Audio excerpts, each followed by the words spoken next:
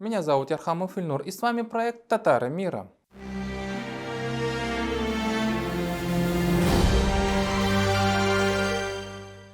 Словно гром среди ясного неба произошли события в Казахстане практически сразу на следующие сутки после празднования нового 2022 года. События в Казахстане начались с города Жанаузен 2 января. Жители вышли к зданию администрации области и прикрыли движение из-за того, что с 1 января цены на литр сжиженного газа выросли с 50-60 тенге до 120 тенге за литр. То есть с 8,5 рублей до 20 рублей, если переводить в российскую валюту. В Министерстве энергетики Казахстана объяснили, что повышение цен связано с ростом спроса. Потребление газа ежегодно растет, а объем производства остается на уровне прошлых лет. На следующий день протестующие вышли снова, а к 4 января митинги шли уже в Актубе, Алмате, Таразе, Нур-Султане. События с каждым днем стали нарастать лавинообразно. Митинги, протесты, уличные стычки, столкновения между протестующими и сотрудниками МВД. А ночью в городах Казахстана начались погромы магазинов, мародерство. Попутно каким-то образом задерживались вооруженные группы ОМОНовцев, военные. Их каким-то образом разоружали. Вместе с этим захватываются административные здания областных центров, поджигаются. Оружейные склады, аэропорты Актубе, Алматы также захватываются. Разобраться с ситуацией в Казахстане крайне и крайне непросто. В Казахстане с начала первых беспорядков регулярно и систематически отключают интернет. Власть над интернетом в Казахстане оказывается в руках Токаева. Вот тут он сам лично обещает, что если в областях Казахстана не будет беспорядков, то он включит интернет. Это сообщение от 7 января. О хорошем. В связи со стабилизацией обстановки мною принято решение включить интернет-связь в отдельных регионах страны на определенные временные интервалы. Это решение, уверен, положительно повлияет на жизнедеятельность наших граждан. Но предупреждаю, что свободный доступ в интернет не означает свободное размещение измышлений, клеветы, оскорблений, подстрекательских призывов. В случае появления таких материалов мы примем меры по обнаружению и наказанию их авторов. Контртеррористическая операция продолжается. Боевики не сложили оружие, продолжают совершать преступления или готовиться к ним. Борьбу с ними нужно довести до конца. Кто не сдастся, будет уничтожен. Заметим, что отключение интернета — это ведь не только блокировка на территории Казахстана различных соцсетей, затруднение людей общаться друг с другом и выкладывать видеоконтент о происходящем в их городе на всеобщее обозрение. Отключение интернета — это еще и осложнение с оборотом денег у простого населения. Люди вынуждены искать банкоматы, где бы достать наличку, а это, в свою очередь, еще больше тиражирует и масштабирует тревогу и беспорядки в стране. Признаться честно, даже на сегодня, а я записываю видео 10 января, не совсем понятно, что же на самом деле происходит в Казахстане. Более того, сам президент Касым-Жомарт Токаев не очень-то нам помогает в том, чтобы разобраться с происходящим в стране. Например, 7 января Токаев, видимо, сам себе включил интернет и опубликовал на своей странице в Твиттере сообщение, мол, бандиты убивали полицейских и молодых солдат, поджигали административные здания, грабили магазины, насиловали женщин. А во втором твите рассказывал, что Алма-Ата испытала не менее 6 волн террористических атак, что на Алмату всего порядка 20 тысяч вооруженных бандитов совершили нападение.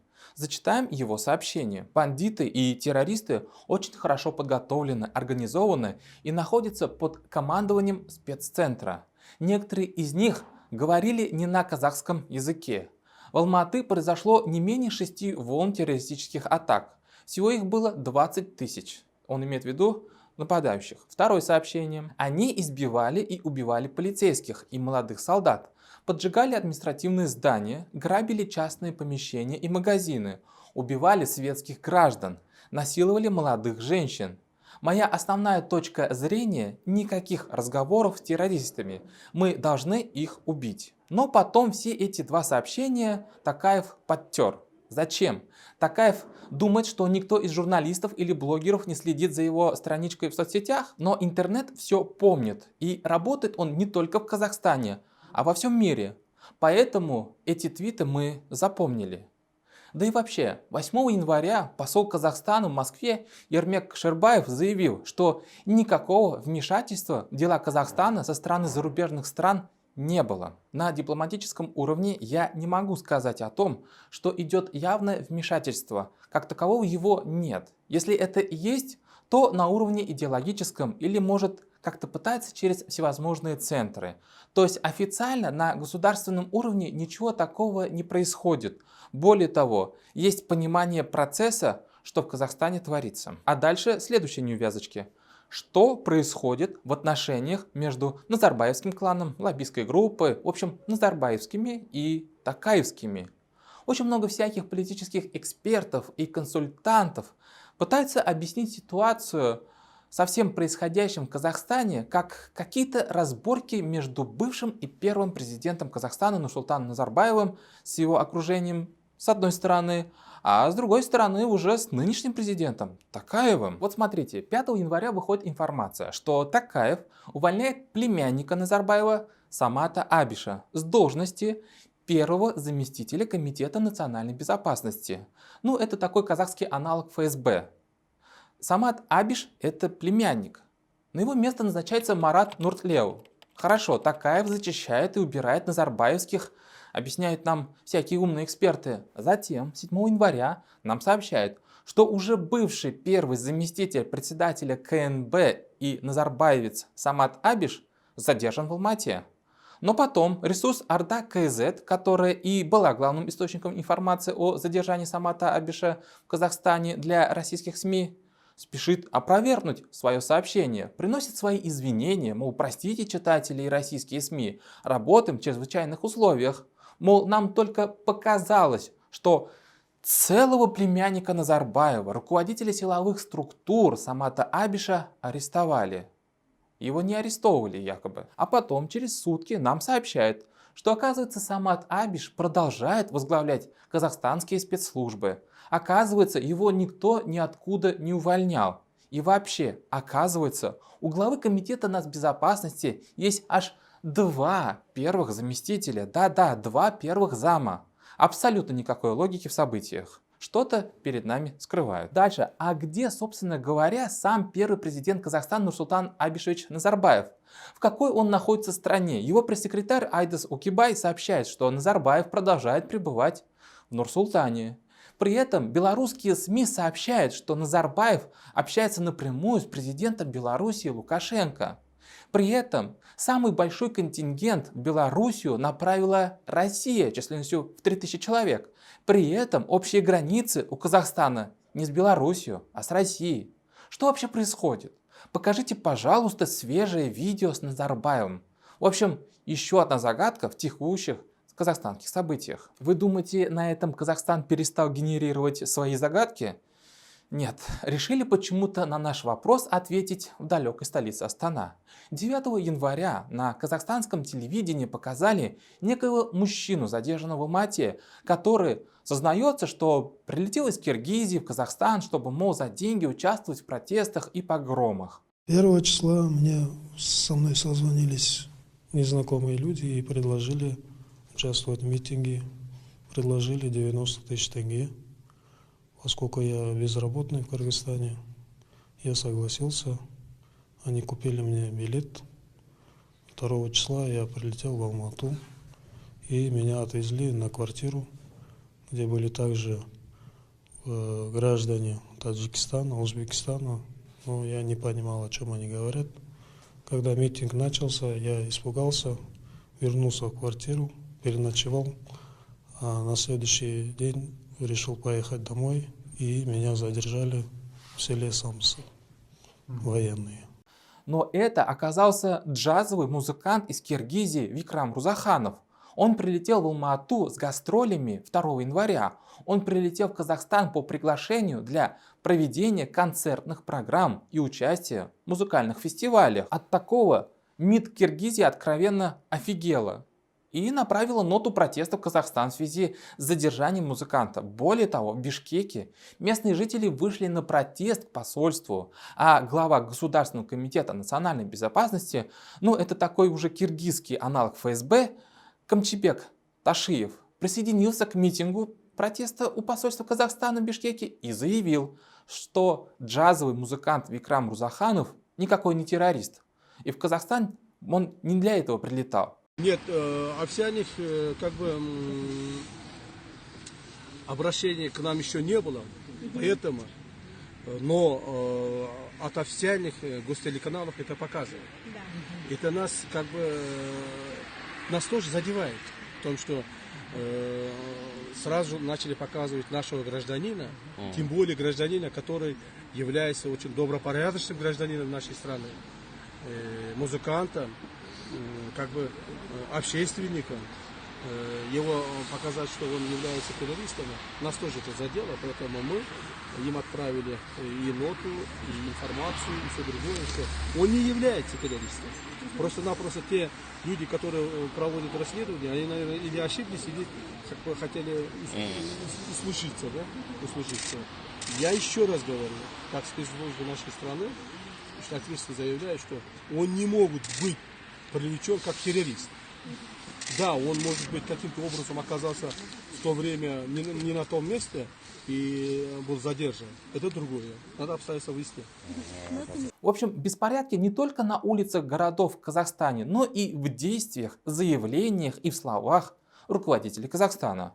А чем занимается в Казахстане российский контингент ОДКБ?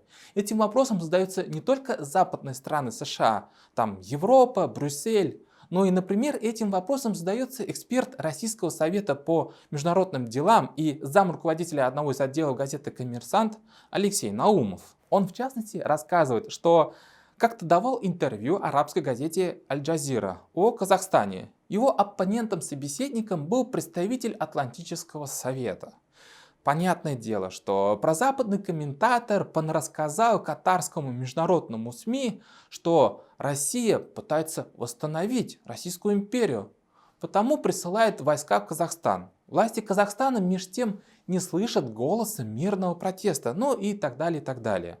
Алексей Наумов вынужден признаться, что в головах арабов-катарцев сложилась картинка, как перемотанные пулеметными лентами русские десантники рассекают на машинах по городам Казахстана и отстреливают мирных казахов, посмевших выразить неудовлетворение правящим режимом. Российская страна вообще никак не озабочена тем, чтобы открыто всему миру рассказать, чем именно занимается в Казахстане российский контингент миротворцев. Считаю, что по миротворческой миссии должна быть развернута полноценная информационная работа с единым центром. Кто, где, чем занимается. На красивом сайте на русском, казахском, английском, арабском и китайском языках максимально подробно показывать задержания, арсеналы, схроны, последствия боев. Пока есть заявление генсека ОДКБ Зася, который говорит, что миротворцы не будут разгонять митинги, и обещание нашего Минобороны не привлекать солдат к разгону митингов. При этом есть и заявление того же Минобороны, что миротворцы, помимо охраны важных объектов, оказывают помощь местным силовикам в поддержании правопорядка. Что это значит? В чем конкретно выражается? Как хочешь, так и толкуй. Задается вопросом комментатор из «Коммерсанта». Как видите, еще одна загадка казахстанских событий. Чем же на самом деле в Казахстане занимаются российские миротворцы? Ну и последний для нас необъяснимый факт.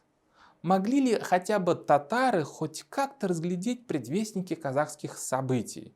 Хотя бы татары-интеллектуалы. Неужели мы, татары, совсем не знаем Казахстан и казахов?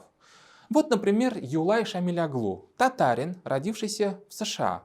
Он является профессором завкафедры казахского языка и тюркологии в самом престижном вузе Казахстана, в университете имени Назарбаева. Он изучает Золотую Орду. События в Казахстане для него стали полной неожиданностью. Где-то неделю назад я обсуждал на телевидении интеграцию тюркского мира с тюркским миром Назарбаева. Как он стал плохим шалом, то есть дед по-казахски, за такой промежуток времени я не понимаю. У нас крайне мало информации из Казахстана. Наш декан сообщил, что не может пользоваться электронной почтой. Большую часть времени интернет не работает. Самая надежная форма коммуникации – телефон.